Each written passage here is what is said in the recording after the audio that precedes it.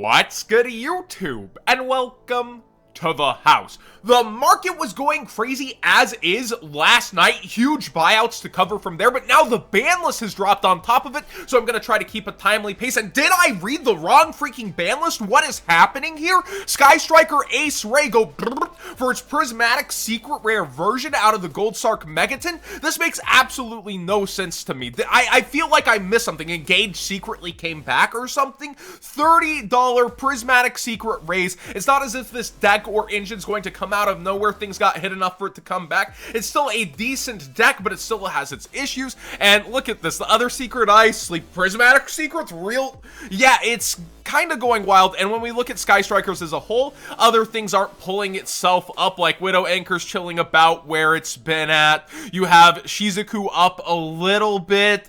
Rose is hanging out, you know, around the market price. Yes, there's low listings on Shizuku ulti, but that's been happening, and the other ultis just kind of chilling where they've been. It doesn't make sense to me. I don't get why this is happening, but if you have the big brain theory, let me know in the comments section. Cursed Eldlin, now for the buyouts that make more sense. We saw no hits to the Golden Land, El Dorado, all this stuff. No hits to that engine. And with this, we only have one lister, Yu-Gi-Oh! Black Market for $40, 3 copies. Nobody else is here. And so these have sold out around that $30 price point and are low copies. The Guard Dragon engine, 0 hits to the Dragon Link deck. Chamber Dragon Maid is going crazy in price, so much so that they're all gone. $56, $60, all listings pulled or sold off the market. This is insane. Eternity Code is up for reprints. Its reprint clock is here. We could see stuff like this in Ghost from the past battles of Legend, Mega Packs. When will it be announced? When will we get spoiled? I don't know, but it is reprint season for cards like this. People are going 100 miles per hour with the buyouts, though. Big brain. And I told you guys to get this begrudgingly. My Eternal Rivals on Market Watch, around $13. I was like, it is unfortunately a good buy as the other stuff gets reprinted.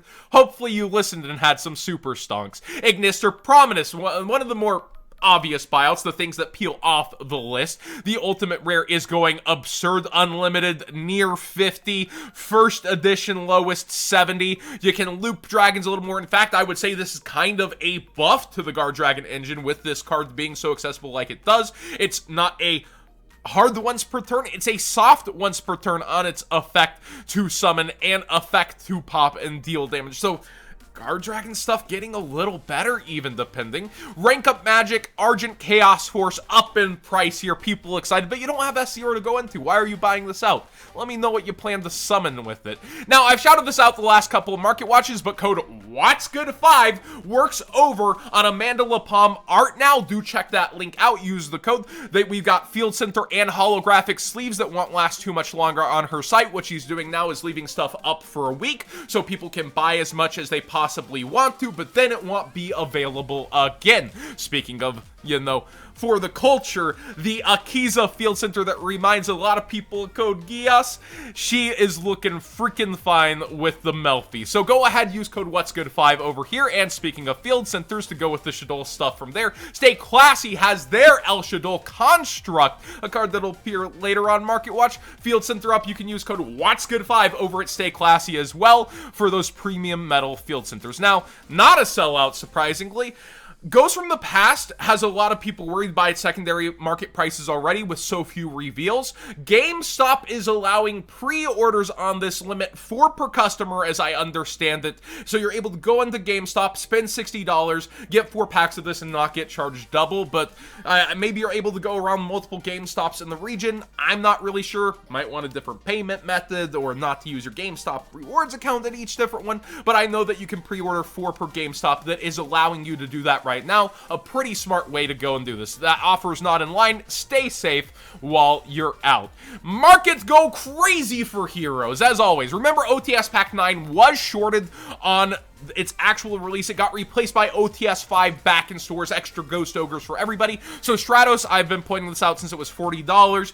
Easy card to have that would go up over time. Now the $100 copies are bought out even, and it is $250 lowest. Where it'll fall back out, do you need to panic and get this price? Probably not. It's probably going to go down from here, but man, the heroes are getting hard focused, with Dark Law also being a $300 card once again. I remember how this would loop in buyouts and always come back down and be like, you have another chance.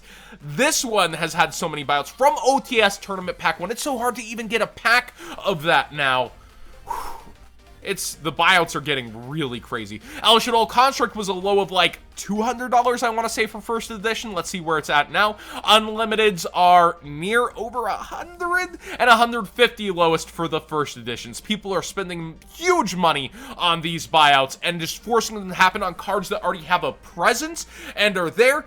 My best suggestion on this is to wait a little bit, but Shaddolls are getting a bit of hype coming out of this ban list as well, also unhit. Super Polymerization was above $100 for the ulti. You can see the market price 75 because of how people spent their money, and I was getting questions on the stream. Do I go buy it now? It's going off market. Do I go ahead and get it? To that I point out, OTS Pack 14 is a relatively new, at this moment, OTS pack, and you see buyouts happening. Remember Toon Kingdom's $65 low recently? What can you get it for now? $55. Motivated Seller at 51. Whenever a buyout is this fresh, this recent, you will probably have a cooldown. And to that, I also will point out with the OTS pack, Nibiru here, how many times has this inflated to $120? You can get it 105 motivated seller, 110, 150. And you don't have to pay that fresh buyout price. Kind of make your timing and think where things are going to go. After a buyout, there is usually fallout no matter how hype or what's happening, unless it's a metagame card that is going to force itself up over time because it's being played in the metagame. Collector cards for GOAT format and otherwise, Tribe Infecting Virus. I was actually going to bring this up that I felt this was way too cheap, around $40 for a Magician Force card at first edition, and I didn't actually remember this got peeled off the ban list in the TCG. So the unlims are still super readily available, which is kind of nice, but the first edition, when I peeked back, had a huge buyout on it, and now the lowest are around $70. MFC is a huge set, and this is probably one of the best cards to be getting after like Dark Paladin, Dark Magician Girl, a GOAT format card that has a lot of implications. I think First Ed is pretty nice. Metamorphosis Super's gone from the $500 point, you can see the market price there, and now a low of freaking $700 or $699, nice, by Big City Cards. It's wild the places cards are going right now. Scrap Twin Dragon, we got Scrap Raptor on the horizon somewhere, getting another ultimate buyout, $50 and above. Minerva Secret Rares have been creeping up. Every time I look, it's a couple dollars more. Last I looked, it was 12. Before that, it was 10. Now it's towards $15. It's not that it's seeing meta play. It's just this prize card is the only reprint version within Battles of Legend, and you're not really seeing other copies of it. The Secret Rare also does look pretty darn nice. Legendary Dragon of Light, speaking of a card, it's up every time. Last I looked, it was 50. I told people to get those $60 boxes of World Superstars forever ago. It's now a low at near mint of 75. The Japanese bought up a lot of these off of our market for their market, and we see the boxes of the sealed. If you did buy into them around that $60 mark, when I was like, these are almost what a box is worth, you should probably get it, you're doing really well on that sealed if you went ahead and got it. Madolches have gone way up in price. I've had friends tell me they've sold Ultimate Rare Tiramisu for ridiculous proportions, yet instead of going down, it continues to sell like crazy. Now a low of $250. The $100 copies really selling. I just don't understand. I get it's max rarity Madolche, but $100 on this ulti is absurd. And Madolche pudding sauce, even the commons, you might want to be picking your bulk or bothering to sell them, around $12 and selling for the commons. Madolche hype all of a sudden. We had a ton of reprints. You had your chance to get things a little bit cheaper. It just keeps going up for all the rogue decks. I feel like rogue should not be this much money, but there you have it. I actually did that in a pretty timely manner. The ban list market watch and what's going crazy. Let me look through the Discord real quick and see. Buster Blader stuff going up. You might want to check that out. And just other crazy things happening around. We'll catch that up on the next episode. What do you guys think of the collector's market? How in all facets, old school, somewhat new school, but ultimate rare, how crazy it is getting right now and how people are pouring their money in pre-ban list. Post-ban list is going to bring a ton of eyes back into the game. A lot of people who were like kind of sleeping on the meta game and might go back to sleep, might start playing.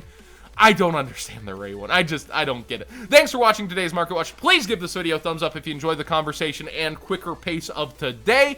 Subscribe if you haven't already. I really appreciate you guys subscribing. And check out Amanda LaPalm's art, newest sponsor. Really appreciate having her on. Her work is so amazing. Her collaborations are so amazing. And speaking of Sky Strikers, a Sky Striker deck box and playmat is the next thing in the works. And it looks really freaking amazing. Maybe that's the hype.